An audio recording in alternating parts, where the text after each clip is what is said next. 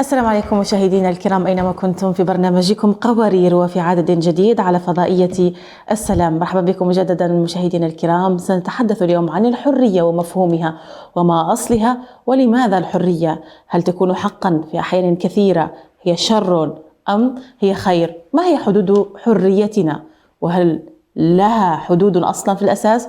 كل هذا وأكثر سوف نتعرف عليه عن حلقتنا لهذا اليوم مع أستاذة خديجة برهان، مستشارية أسرية ولايف كوتش. مرحبا بك أستاذة خديجة مجددا بيننا. أهلا وسهلا فيك أستاذة نورة، حياك الله أنت ومتابعينك في برنامجك المتميز قوارير. بارك الله فيك أستاذة خديجة. الحرية فيها كثير من الحديث، الكثير من الكلام نسمعه تارة من هنا وتارة من هناك، ولكن كبداية ما هي الحرية؟ الحرية، مفهوم الحرية هو معناها التخلص من القيود ومن الفرض الذي يمارس والإجبار الذي يمارس على الذات أو على الناس في حياتهم. القيود ربما تكون قيود مجتمعية، ربما تكون قيود قانونية حسب البلاد التي نعيش فيها.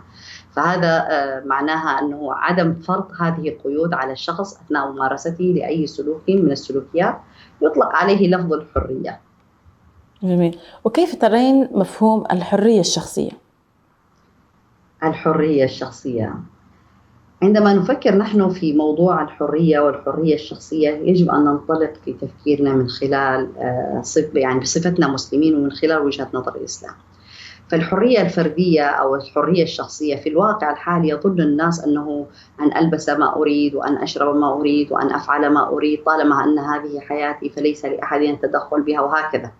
هذا هو الكلام الكثير في جانب الحرية الشخصية. لكن اليوم عندما نفكر نحن بصفتنا مسلمين نجد أنه ليس هناك حرية شخصية، هناك ضوابط شرعية تضبط هذه السلوكيات التي نمارسها. فلا نستطيع أن ألبس ما أريد، إنما الإسلام ضبط موضوع اللبس بضوابط شرعية، سواء كان مسائل تخص النساء في لبسها أو مواضيع اللباس الشرعي بالنسبة للرجل أيضا، ما هي الضوابط، مسائل العورات وأين تكشف وأين لا تكشف. عندما نقول أريد أكل وأشرب ما أريد، جاء الإسلام وضبط هذا الأمر بالرغم أنه شيء شخصي لكنه ضبطه بضوابط شرعية. فأحل الأصل في المطعومات الحل إلا ما نزل آيات صريحة وأدلة صريحة بتحريمه كشرب الخمر وأكل لحم الخنزير وأكل الربا وإلى آخره.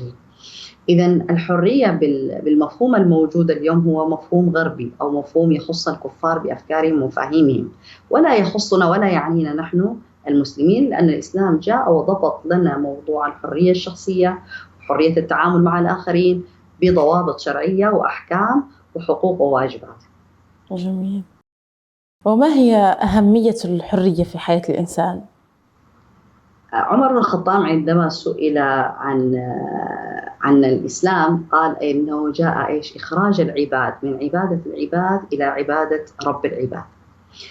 إذا مفهوم الحرية هو أن لا أخضع لأي مخلوق وأي نظام غير نظام الله سبحانه وتعالى وغير نظام الإسلام نفسه. فإذا هذا هو المفهوم الصحيح للمسألة الحرية. فالإنسان يجب أن يكون حرا ويترفع عن أي أحد، لأنه نحن كبشر متساويين. البشر متساوون في قدراتهم، في مهاراتهم، في أي شيء، يختلفون باختلاف البيئات التي تواجهون في المكان الذي يتواجدون فيه، لكنهم يتساوون في أنهم بشر محتاجون دائما وعاجزون دائما وناقصون دائما. فهم يحتاجون دائما إلى شيء أقوى منهم وأفضل منهم وأجود منهم حتى يكون داعما لهم في حياتهم. فبالتالي ليس موضوع الحرية بهذا المفهوم الكبير جدا هو لا ينطبق علينا ولا نراه نحن أساسا. جميل. وما هي الحرية في الإسلام بالضبط؟ الحرية في الإسلام أن يضبط سلوك الإنسان بالضوابط الشرعية، بمعنى أن كل إنسان في هذه الحياة الدنيا له حقوق وعليه واجبات يجب أن يؤديها. فعلاقة الإنسان بنفسه مرتبطة بالحقوق والواجبات تجاه النفس. فالإنسان ملزم تجاه نفسه ألا يهلكها ولا يشقيها، بل يعتني بنفسه وبطعامه وشرابه وعقله وأخلاقه بتهذيب وتربية والتوجيه والنصح لنفسه.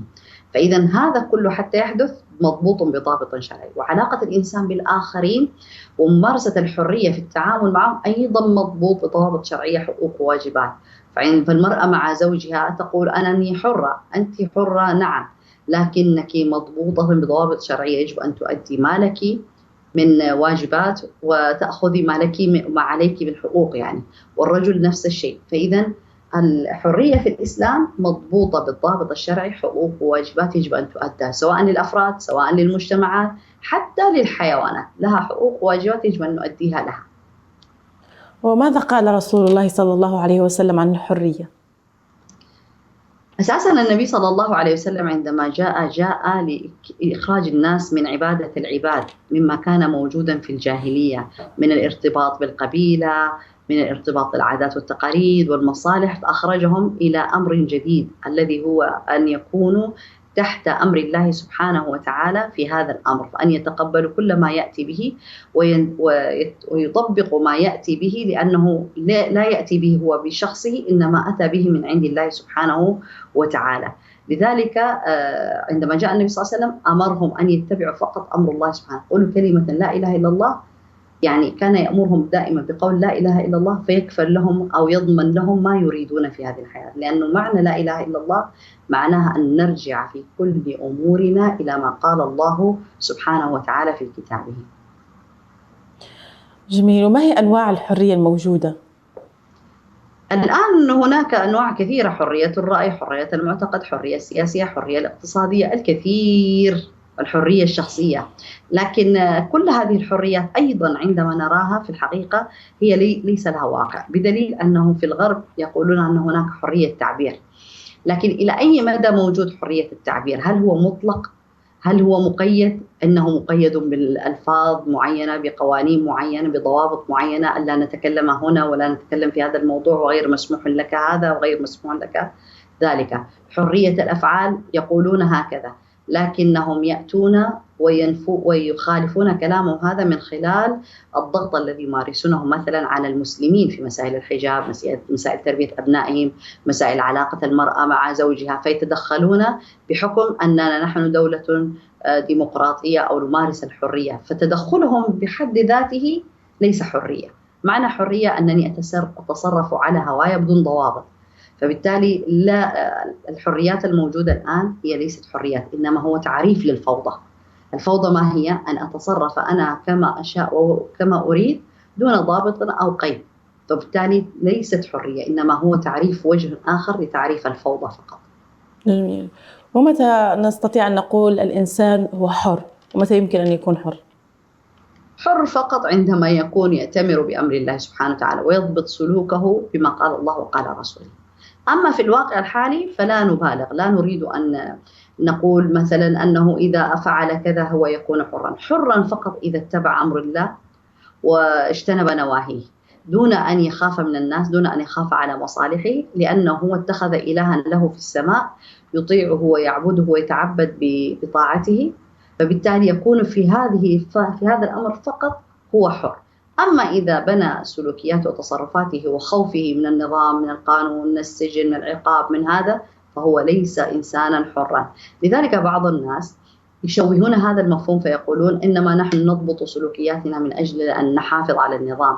يجب أن يكون موضوع المحافظة على النظام يأتي من الداخل، يأتي من الانضباط الذاتي فقط، وليس الخوف من العقوبات، وليس الخوف من القانون، وليس الخوف على المصالح، إنما يأتي من ضابط من الداخل. فالضابط الوحيد لنا نحن هو الضابط الشرعي بما قال الله سبحانه وتعالى. جميل. هل الحرية حق أم يعني يمكن أن يكتسبه الإنسان ويأخذه؟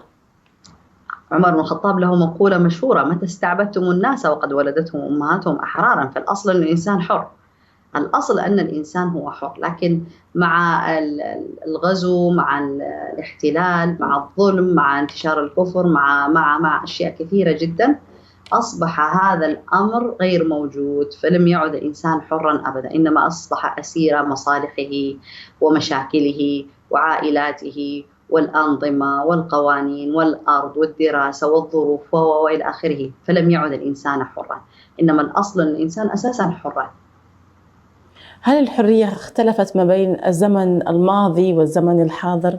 هل صار لها مفهوم مختلف؟ أعتقد في السابق كان مفهوم الحرية أسهل بكثير، أما الآن أصبح المفهوم معقد جدا ولم يعد كما كان في السابق، حتى الحديث عنه أصبح شائكا، والتوضيحات فيه أصبحت معقدة كثيرا. فنحن الآن نعيش في فوضى مع الأسف الشديد وليست حرية. لذلك نحن انتقلنا بالتدريج إلى الفوضى، لكن لا يريد أحد أن يطلق عليها لفظ الفوضى، إنما يريد أن يعطيها فقط لفظ الحرية. نمارس ما نمارسه دون قيد ودون ضبط للأمر. جميل. في السابق أيضا كانت هناك شيء يعني يمكن أن يميز بين الحرية والعبودية، اللي هي مثلا العبد والأمة وغيرها.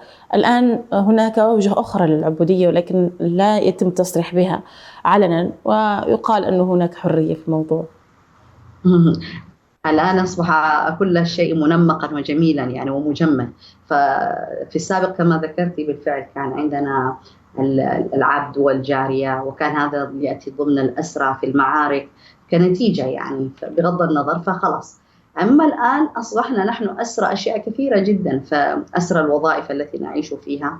فما هي الوظيفة؟ كل يوم يذهب الإنسان في وقت معين ويعود في وقت معين. ما الذي يفعله العبد أساسا؟ أنه يقوم بالأعمال من أجل سيده. ونحن الآن في هذه الوظائف فنحن في عبودية. في المراحل الدراسية التي نعيشها، نعيش مرحلة دراسية طويلة جدا لصالح المنهج نفسه ومنهج التعليم والشهادة الجامعية، فنحن أيضا في عبودية. نتبع أمور معينة تخالف رغباتنا وهواءنا، لكننا لا نستطيع أن نتمرد عليها أو أن نقول لن نفعلها من أجل ألا تتضرر أمورا أخرى، فأصبحنا في عبودية. فأصبح عندنا شكل جديد الآن من أشكال العبودية، يأتي منمقا وجميلا ومبهرجا حتى لا نطلق عليه لفظ العبد والأمة، ولكن نحن في عبودية مع الأسف الشديد. صحيح. شكرا لك أستاذة خديجة على هذه الكلمات وهذه المعلومات التاريخية والحقيقية على أرض الواقع. سوف نذهب فاصل ونعود ونواصل حديثنا عن الحرية. ابقوا معنا.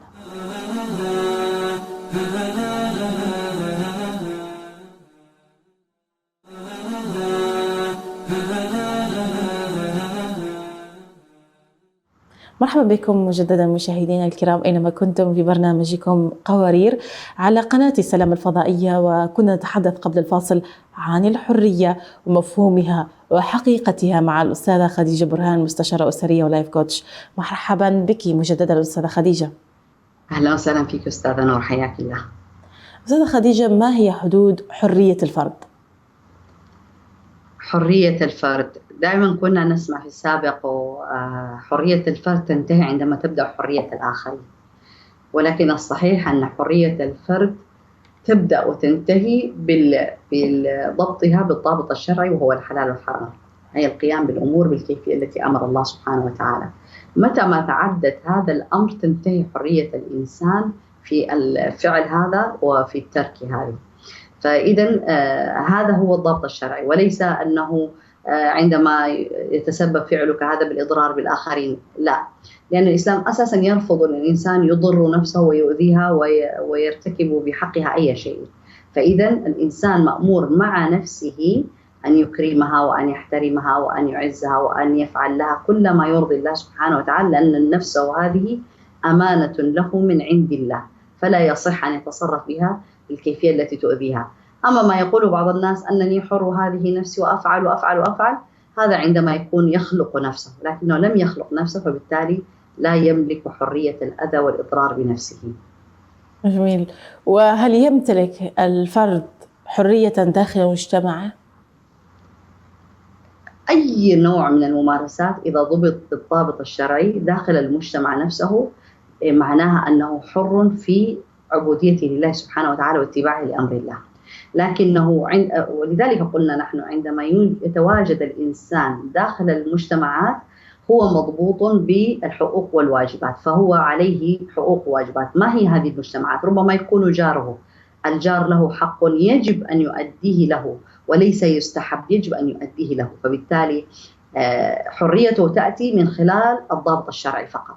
أما إذا قال لن أؤدي له شيئا فأنا حر، فهو بالفعل هنا أصبح عبدا لهواه وشهواته ورغباته وليس لله سبحانه وتعالى، فبالتالي إذا عاد إلى دائرة العبودية لهواه، فمن اتخذ إلهه هواه. فإذا هو داخل المجتمعات له ضوابط يجب أن يؤديها، عند تأديتها يصبح حرا فقط. ما أثر الحرية المفرطة داخل المجتمع في حالة ما إذا كان يندد بأنه له الحرية والحق في فعل ما يشاء ومتى يشاء ويلبس ما يشاء ويأكل ما يشاء بدون أي ضوابط؟ ما هي عواقب أو ماذا سوف يترتب على المجتمع؟ هذا ما نراه في واقع الحالي. ما الذي يترتب عليه؟ الآن مشاكلنا أكثر وأكثر تعقيدا، وأصبحت هناك مشاكل لم نسمع بها على مر التاريخ. الآن أصبح في البيوت مصائب، وفي المجتمعات نفس الشيء. انتشرت الأفكار الغريبة، الأفكار الإلحادية، الانحراف الأخلاقي، الانحراف السلوكي. من أين أتت هذه الأشياء؟ من ممارسة الحرية المدعاة، فأصبحنا نعيش في فوضى. لو كنا نعيش بنظام معين وضوابط معينة لكنا اليوم نعيش كما عاش أصحاب النبي صلى الله عليه وسلم أو السلف الصالح في حياتهم، لأنهم كانوا مضبوطين بالضوابط الشرعية وبالحلال والحرام وبأداء الحقوق وأخذ أداء الحقوق والواجبات. كان حياتهم أفضل بكثير مما نحن عليه. نحن الآن نعاني من مشاكل لا نعرف حتى كيف نحل المشكلة الواحدة، لأن يتفرع عنها مشاكل معقدة جدا وآثار جانبية. فنحن في الحقيقة مع الأسف الشديد نعيش في فوضى، يعني نسأل الله عز وجل أن يرفع غضبه عنا. أستاذة خديجة، هل ترين أنه المفهوم الحرية الذي كان في المجتمع الإسلامي والعربي اندثر إن صح التعبير بسبب العولمة ودخول مفاهيم الحرية المجتمع الغربي إلى مجتمعاتنا اليوم؟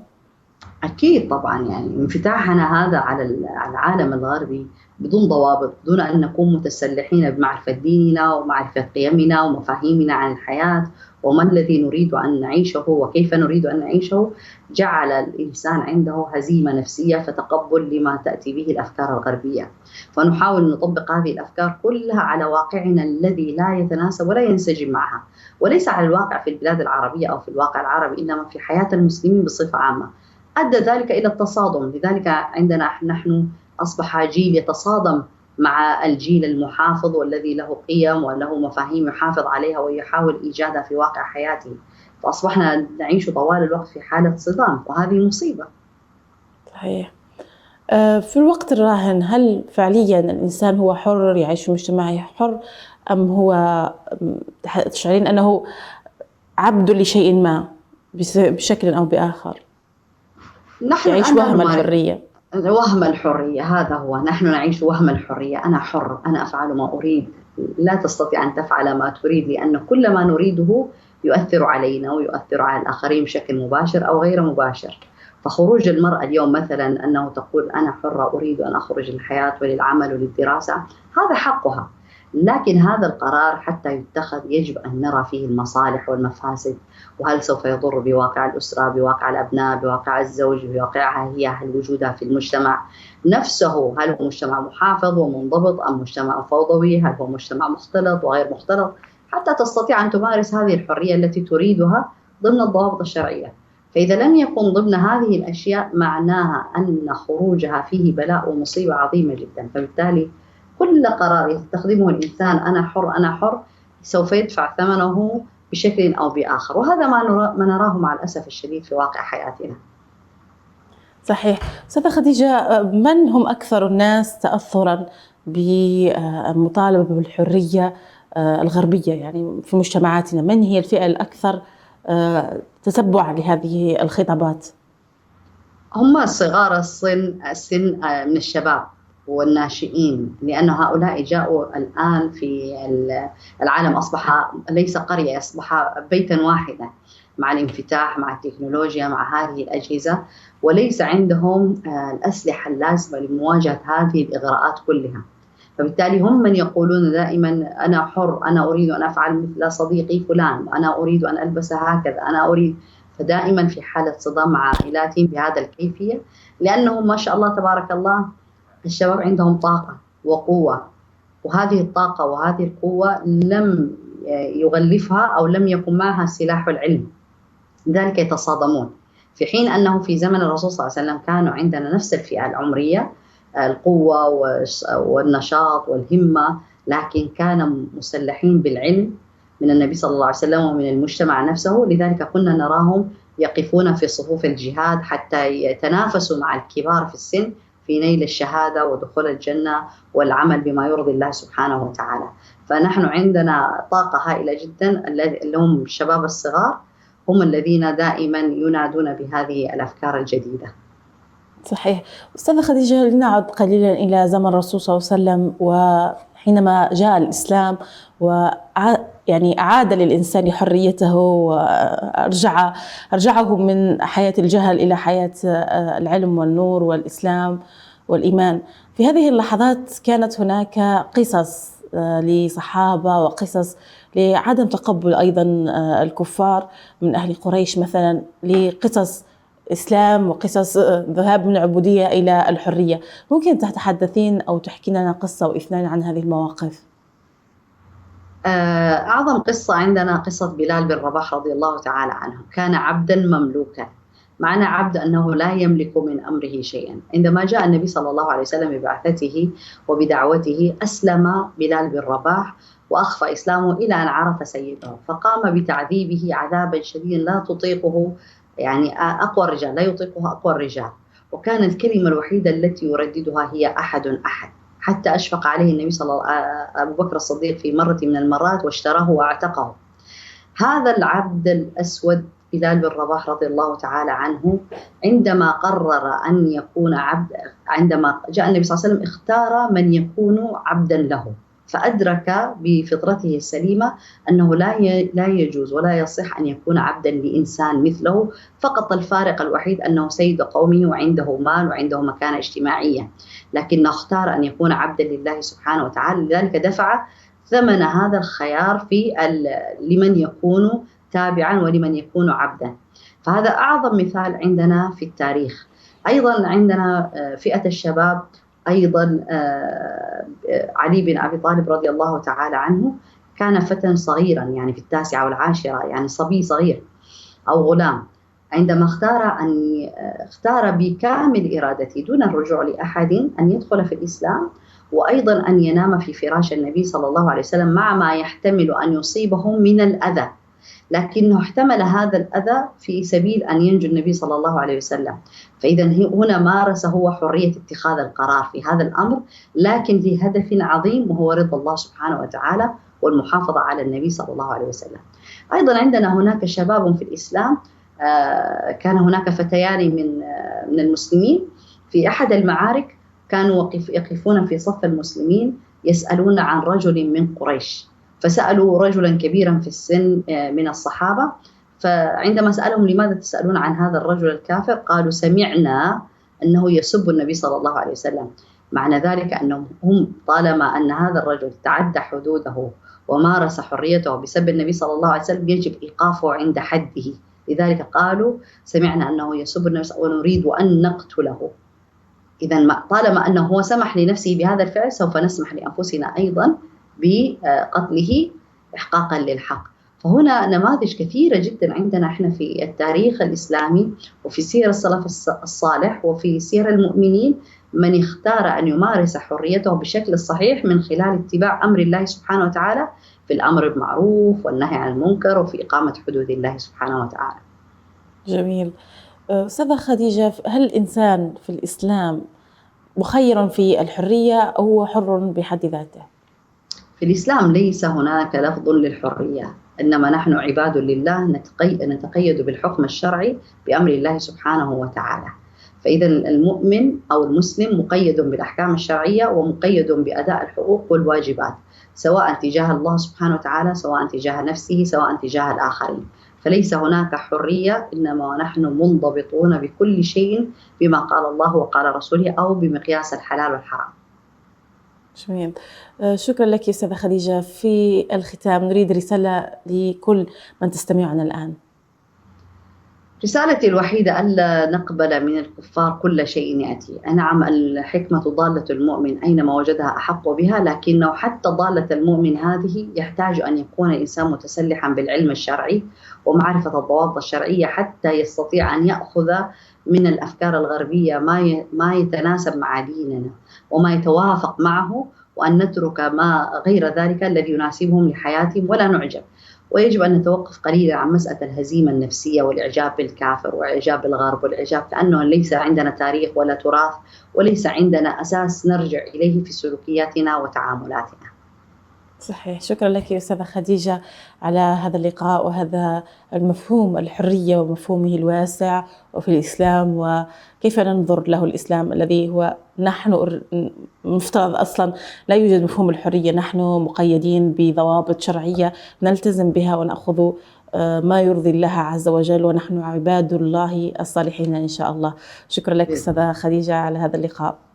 أهلا وسهلا فيك أستاذة نورة، حياك الله وحيا الله متابعينك، وجزاك الله خير على على هذه القناة الرائعة وعلى برنامجك المتميز فيها. أسأل الله عز وجل أن يوفقك وأن يجعل النجاح دائما حليفك.